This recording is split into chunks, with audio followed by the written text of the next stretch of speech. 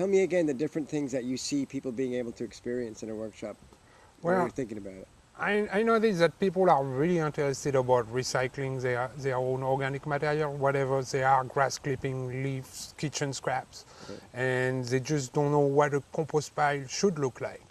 Right. And it's a little bit like making bread. Everything has to be right, the temperature, the moisture, and for them being able to dig in an existing pile and see Mm-hmm. what it should look like and what it shouldn't look like is a good experience, hands-on experience.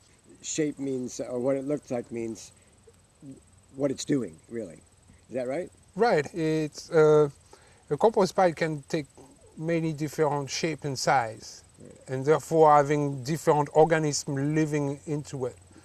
For me, the most efficient way that I found to treat my materials are with worms, as you know.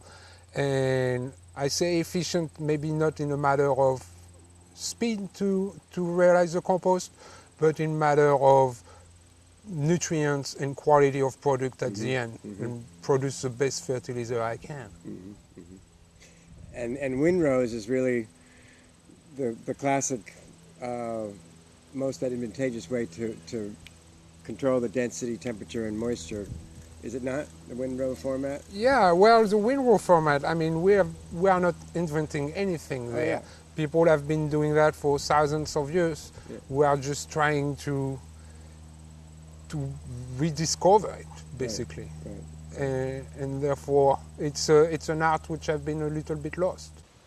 What are your ideas for this workshop? Well, I think for most people it would be learn how to build their own pile.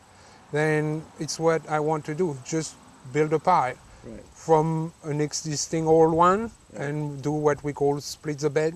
Right. Dig into the pile, distinguish between the finished material and the non-finished material, and build that new pile with the right material in the right order. And the nice thing about that for people too is they can have the satisfaction of advancing a fairly substantial compost pile. That they don't necessarily get to take it all home with them, but they know that that's going to create some really fertile soil and grow some good food somewhere on the island. Yeah, at some and point. they can take home a bucket of a starter for their own pile. Wonderful thing about compost is that it sort of seeds itself. One of the elements you want in a new compost pile or a building compost pile is some already finished compost, which carries into the new pile the microorganisms and so on that the pile needs, as well as some good actual topsoil from somewhere else in your garden. It's really feeling good to think about this workshop, and it feels like a wonderful way to help get our larger compost project going. Tell me again what you would like to see them take away with them from the workshop. Well, an idea is that they can do it themselves really easily in their own backyard, that it's nothing magical to it, although it feels a little magical. Yeah. We're going to do it. We'll do this first workshop on Saturday, October 22nd at 10 a.m. And it'll be something like a half-day workshop, and we'll try to work out, some way to have everybody be refreshed during the process. But we want the folks to bring a shovel if they can, although we'll have some extras, some good sturdy shoes, they don't mind getting dirty, and a way to stay warm and cool when they get working hard at the same time, depending on the weather.